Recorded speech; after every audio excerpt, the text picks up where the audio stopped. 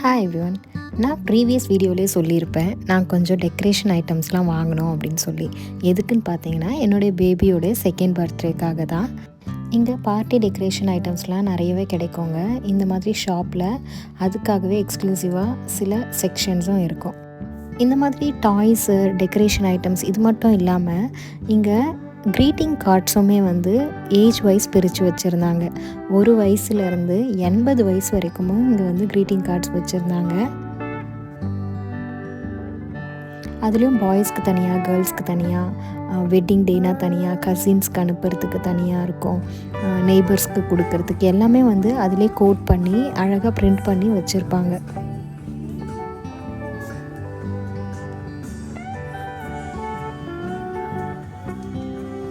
எல்லா தீம்லேயுமும் இருக்கும். பாய்ஸ்க்கு பிடிச்ச மாதிரி இந்த ஸ்பைடர் மேனு, ஹல்க்கு இதெல்லாம் வச்சுருப்பாங்க. கேர்ள்ஸ்க்கு பார்த்திங்கன்னா மெர்மெய்ட் தீம்ஸு, அப்புறம் ஏதாச்சும் ஃப்ளார்ஸு இது மாதிரியும் வச்சுருக்காங்க. இந்த மாதிரி க்ரீட்டிங் கார்டு கொடுக்குற ஹேபிட்டை இவங்க இன்னமும் ஃபாலோ பண்ணிகிட்ருக்காங்க. இதெல்லாம் முடிச்சுட்டு ரிட்டன் கிஃப்ட் வாங்குறதுக்கு தான் நான் வந்திருக்கேன். ரிட்டன் கிஃப்ட்ஸ் எல்லாமே இங்கே ரொம்ப க்யூட்டாக அழகாக இருந்துச்சு. ஒரு பேக்கில் நீங்கள் ஒரு 2-3 கிஃப்ட் போட்டு கொடுத்தா கூட கிட்ஸ் ரொம்ப ஹாப்பியாக அது ஓப்பன் பண்ணி பார்க்கும்பொழுது ரொம்ப எக்ஸைட்டடாக இருப்பாங்க. அதுக்காக நான் இந்த மாதிரி வாங்கியிருந்தேன். நான் கிறிஸ்மஸ்க்கே கொஞ்சம் கிஃப்ட் ஐட்டம்ஸ் வாங்கியிருந்தேங்க. ஆன்லைனில் தான் பர்ச்சேஸ் பண்ணியிருந்தேன். பட் அதனுடைய குவாலிட்டி ரொம்பவுமே மோசமாக இருந்துச்சு. அதனால் என்னால் யாருக்குமே கொடுக்க முடியல. ஸோ இதை நான் டைரெக்டாகவே போய் பர்ச்சேஸ் பண்ணலாம், நம்ம பார்த்து வாங்கிட்டு வரலாம் அப்படின்ற மாதிரி நானே போயிருந்தேன். இந்த மாதிரி எல்லாமே ரொம்ப அழகாக இருந்தது, க்யூட்டாக இருந்துச்சு. எல்லா கிஃப்ட்ஸுமே எது வாங்குறதுனே தெரியல. ஸோ எனக்கு பிடிச்சதுலேயே ஒரு 2-3 ஐட்டம்ஸ் வாங்கிட்டேன். அப்புறம் பிளேட்ஸு, கப்ஸு இதெல்லாம் கூட நான் இங்கே வாங்கியிருந்தேன். ரிட்டன் கிஃப்ட்ஸ் போட்டு கொடுக்கறதுக்காக இந்த மாதிரி பேக் பர்ச்சேஸ் பண்ணியிருந்தேன். இது ஒரு செட்டில் 8 பேக் இருந்துச்சு. இந்த ஷாப்பிங்லாம் நான் ப்ரீவியஸ் டே தான் பண்ணியிருந்தேன்.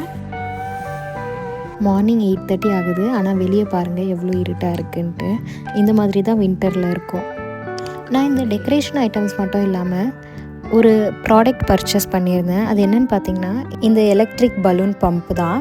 இது ரொம்பவுமே யூஸ்ஃபுல்லாக இருந்துச்சு. ஒரு நிமிஷத்துலேயே 10 பலூன் கூட நம்ம இதை வச்சு ப்ளோ பண்ணிடலாம்.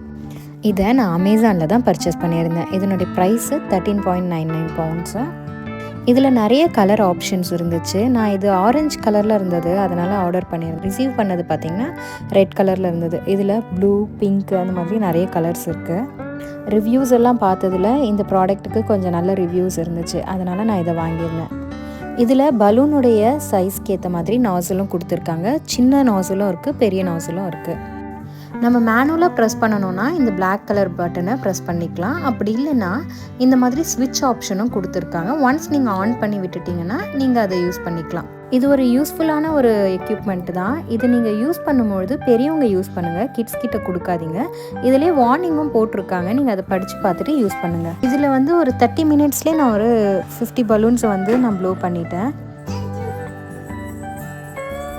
இந்த மாதிரி பர்த்டே பார்ட்டி, எந்த ஒரு பார்ட்டியாக இருந்தாலும் நம்ம பலூன் டெக்கரேஷன் பண்ணுறோம்னா இந்த பலூனை ஊதுறதே ஒரு பெரிய தலைவலியாக இருக்குது. பட் இந்த எலக்ட்ரிக் பம்ப்பு என்னோடய வேலையை ஈஸியாக்கிடுச்சுன்னு தான் நான் சொல்லுவேன். நான் வாங்கின பலூன் பேக்லேயே இதுக்கான எல்லா ஆக்சசரிஸும் கொடுத்துருந்தாங்க. இதை சேரில் டைப் பண்ணிவிட்டு இதில் ஆல்ரெடி கொடுத்துருந்த அந்த பிளாஸ்டிக் ஆர்ச்சில் சின்ன சின்ன ஹோல் இருக்கும், அதில் இந்த பலூனை ஊதி கட்டி விட்டுட்டேன்.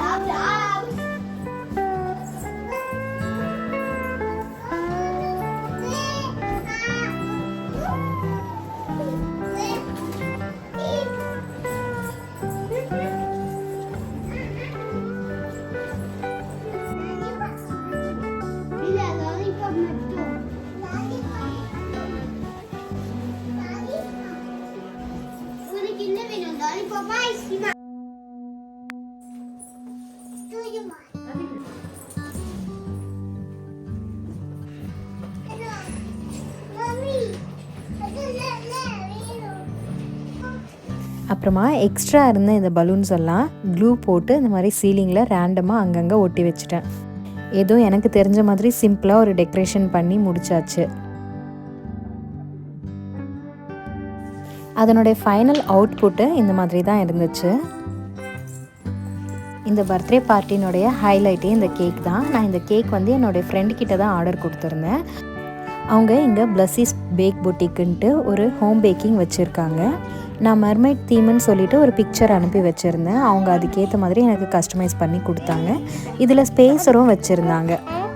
இந்த ஸ்பேஸர் எதுக்குன்னா, நமக்கு கேக்னுடைய ஹைட்டை இன்க்ரீஸ் பண்ணியும் காட்டும், அதே டைமில் ஒரு டிஃப்ரெண்ட் லுக்கும் இருக்கும் இதுக்கு. இது ஆல்ரெடி அவங்க பட்டர்ஃப்ளைஸ் வச்சு பண்ணியிருந்தாங்க. பட் நான் மர்மைட் தீம் கேட்டதால் ஃபுல்லாகவே வந்து சீ ப்ளூ வித் பர்பிள் கலரில் பண்ணி கொடுத்துருந்தாங்க.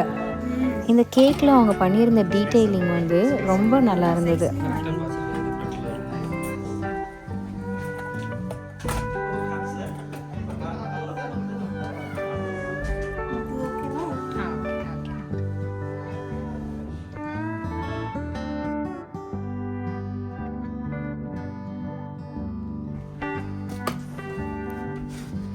இன்னொரு லேயர் கேக்கை வந்து இந்த ஸ்பேஸர் மேலே வைக்கிறது கொஞ்சம் டிஃபிகல்ட்டாக இருந்தது. ரொம்ப கேர்ஃபுல்லாக பார்த்து தான் வச்சாங்க.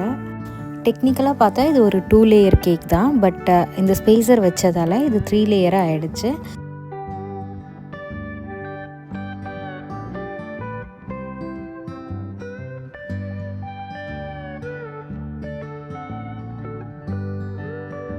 இந்த கேக்னுடைய ஃபைனல் அவுட்புட் வந்து இந்த மாதிரி தான் இருந்துச்சு.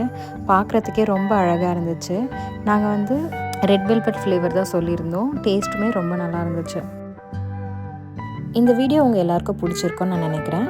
உங்கள் எல்லோரையும் நான் அடுத்த வீடியோவில் மீட் பண்ணுறேன். அது வரைக்கும் பாய், டேக் கேர்.